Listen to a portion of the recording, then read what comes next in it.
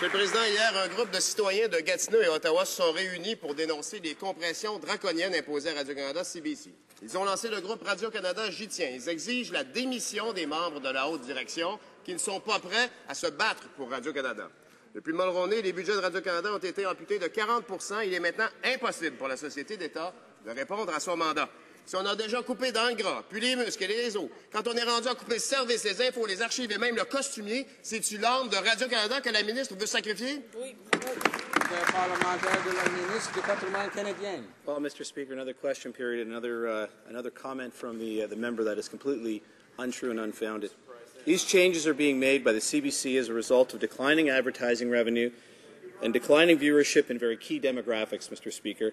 Our government provides significant taxpayers' funds to the CBC and believe they can and they should operate within their existing budgets.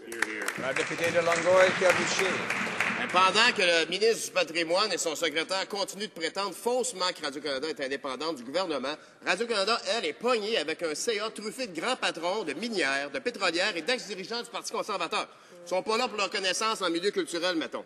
C'est comme le ministre de l'Insouciance, des Infrastructures, qui disait hier, la culture, c'est au même rang que la pizza. Hey, pourquoi ce gouvernement méprise tant la culture? Bravo. Secrétaire parlementaire. Speaker, the member is fully and well aware that the appointments that are made at the CBC are done so through a very strict and regimented process, and he shouldn't be standing up here on a daily basis categorically insulting the people who actually are working on behalf of Canada at the CBC to do the work that they're doing. And I would also add, Mr. Speaker, it is up to the CBC to provide programming that Canadians actually want and fulfill their mandate under the Broadcasting Act.